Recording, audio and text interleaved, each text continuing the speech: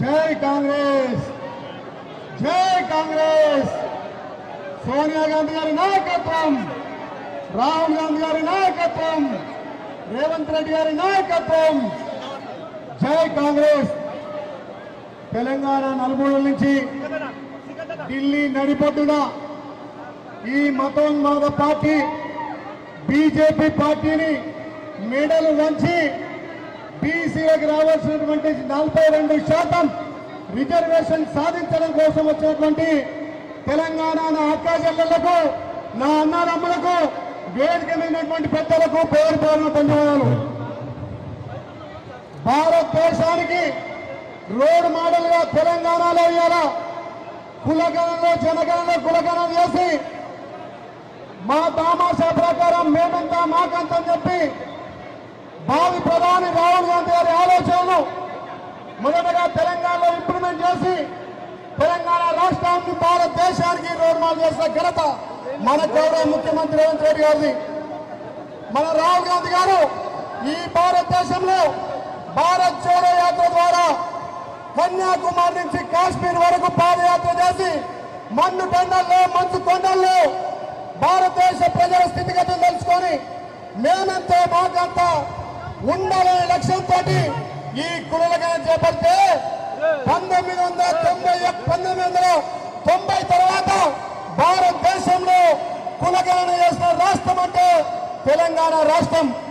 ఆ తెలంగాణ రాష్ట్రం నుంచే బీసీలకు విద్యా ఉద్యోగం విషయంలో రాజకీయ స్థానిక సంస్థలు 42% రిజర్వేషన్ కల్పించాలి.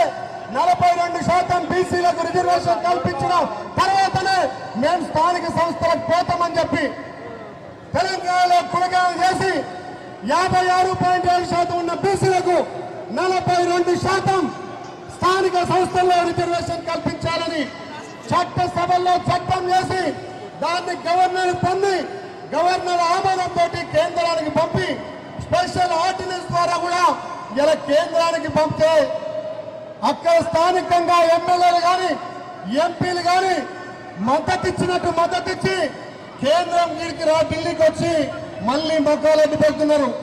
మతాల పేరు మీద కులాల పేరు మీద రాజకీయాలు చేస్తున్నారు. మరి 42% ఇవాళ ముస్లిం ఉన్నారు, మీకు ముస్లిం ఉంటే మేము రిజర్వేషన్ ఇవ్వమంటున్నారు.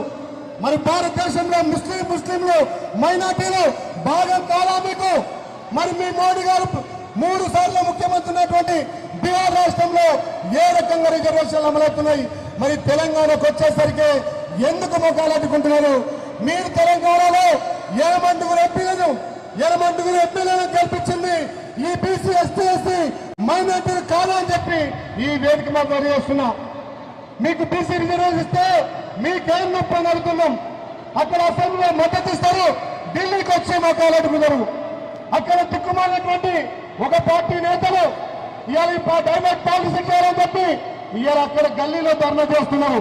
మీకు దమ్ము ధైర్యం ఉంటే మీ ఢిల్లీకి వచ్చి మా లెక్క మీరు కొట్లాడి రిజర్వేషన్ వచ్చేంత వరకు కూడా మద్దతు ఇవ్వాలి. ఇలా మోడీ గారు నేను బీసీ అంటారు, కానీ బీసీల మీద మోడీకి ఏమాత్రం చిత్తశుద్ధి లేదు.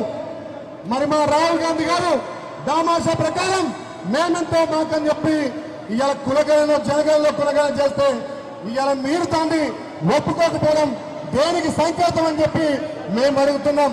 ఏదేమైనా ఈ తెలంగాణ ప్రజలంతా కూడా ఈ ఢిల్లీ జంతర్ మంతర్లో మీ మెడలు వచ్చి తప్పకుండా బీసీలకు 42% రిజర్వేషన్ సాధిస్తామని చెప్పి ఇవాళ పెద్ద ఎత్తున లక్షల మంది తరలి వచ్చి ఈ జంతర్ మంతర్లో మీ కనువింపు కలిగే విధంగా మీకు భారతదేశ ప్రజలంతా కూడా మళ్ళసారి చిత్తుగా ఓడిస్తారని చెప్పి తెలియజేస్తున్నాం.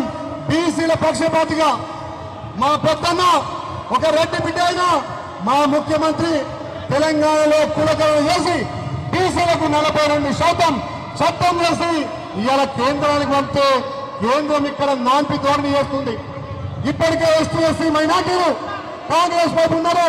బీసీ రిజర్వేషన్ వస్తే మరి బీసీలంతా కూడా కాంగ్రెస్ వైపు పోతున్నారు.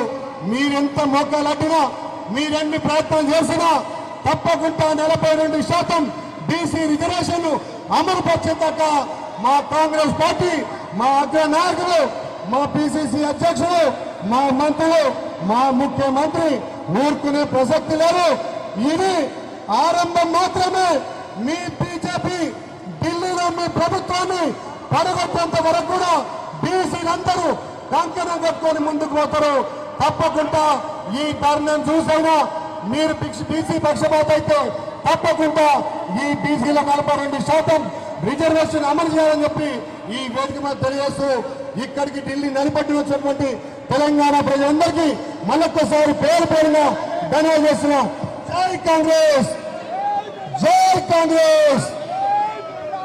కనుమూలి పార్లమెంట్ సభ్యులు కనుమూలి గారికి స్వాగతం. సభా ప్రాంగణానికి వచ్చేసినటువంటి రామచంద్ర నాయక్ గారికి కూడా డిప్యూటీ స్పీకర్ స్వాగతం, సుస్వాగతం. ఓబీసీ జాతీయ కోఆర్డినేటర్ వెంకటేష్ గారిని ఒక్క నిమిషం ప్రసంగించవలసిందిగా కోరుతున్నాను. సభాధ్యక్షులు పిసిసి